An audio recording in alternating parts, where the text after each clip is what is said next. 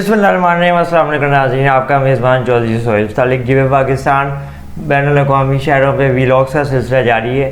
اب ہم آپ کے اگر کسی بھی شہر پہ ویڈیو بناتے ہیں، ویلاگ بناتے ہیں اور آپ اس شہر کو دیکھ چکے ہیں تو اپنی رائے کمنٹ سیکشن میں ضرور دیں۔ بسم اللہ الرحمن الرحیم۔ السلام علیکم ناظرین، آپ دیکھ رہے ہیں اپنے میزبان چودھری سہیل طالق کو جیو پاکستان ویلاگس پہ۔ آج ہم بات کرنے جا رہے ہیں ڈنمارک کے شہر کوپن ہیگن کے بارے میں۔ یہ ملک کا دارالحکومت ہے۔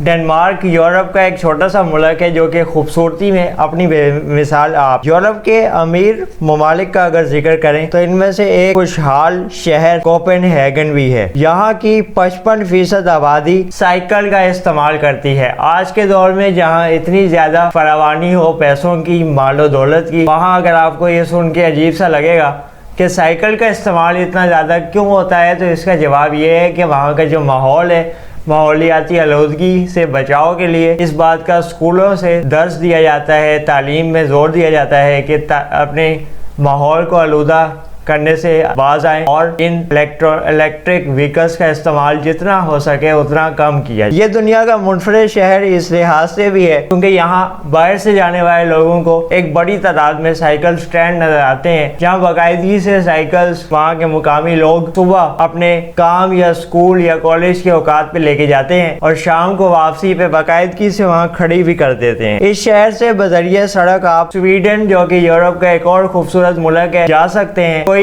بارڈر کے طور پہ وہاں سیکیورٹی کی رکاوٹ نہیں ہے اور ویزا کی رکاوٹ نہیں ہے، بذریعہ سڑک وہاں سے راستہ جاتا ہے اور لوگ کاروباری اور ذریعہ معاش کے لیے اس سفر کو بھی ترجیح دیتے ہیں۔ یہاں ایشیا کی کمیونٹی کافی بڑی تعداد میں رہنا شروع ہو گئی ہے، بسنا شروع ہو گئی ہے، جو کہ ایک مقامی مارکیٹ بنا کے وہاں پہ اپنے رہنے کا بندوبست بھی کر چکی ہے اور ذریعہ معاش کو بھی انہوں نے کافی مضبوط طریقے سے وہاں استحکام کے طور پہ رکھ لیا ہے۔ ایشیا کی مقامی چیزیں جو کہ خاص طور پہ پاکستانی اور انڈین کمیونٹی کے کھابے وہاں بڑی تعداد میں آپ کو آسانی سے دستیاب ہوتے ہیں۔ یہاں مقامی لوگ کم جاتے ہیں جو کہ گورے جو کہ وہاں کی نسل ہے، لیکن ایشین اکثریت تعداد میں اس علاقے میں چہل پہل کرتے ہوئے اور رہائش پذیر نظر آتے ہیں۔ مقامی کھابوں کی اگر بات کی جائے تو یہاں پہ فرائز، برگر اور سینڈوچ کا بہت رجحان ہے۔ فاسٹ فوڈ سے یہ قوم بہت زیادہ محبت اور لگاؤ رکھتی ہے۔ چودھری سہیل طالق کو اس ویلاگ سے اجازت دیجیے، انشاءاللہ نئے ویلاگ میں کسی اور بین الاقوامی کہانی کے ساتھ دوبارہ حاضر ہوں گے۔ اللہ حافظ۔ پاکستان زندہ باد۔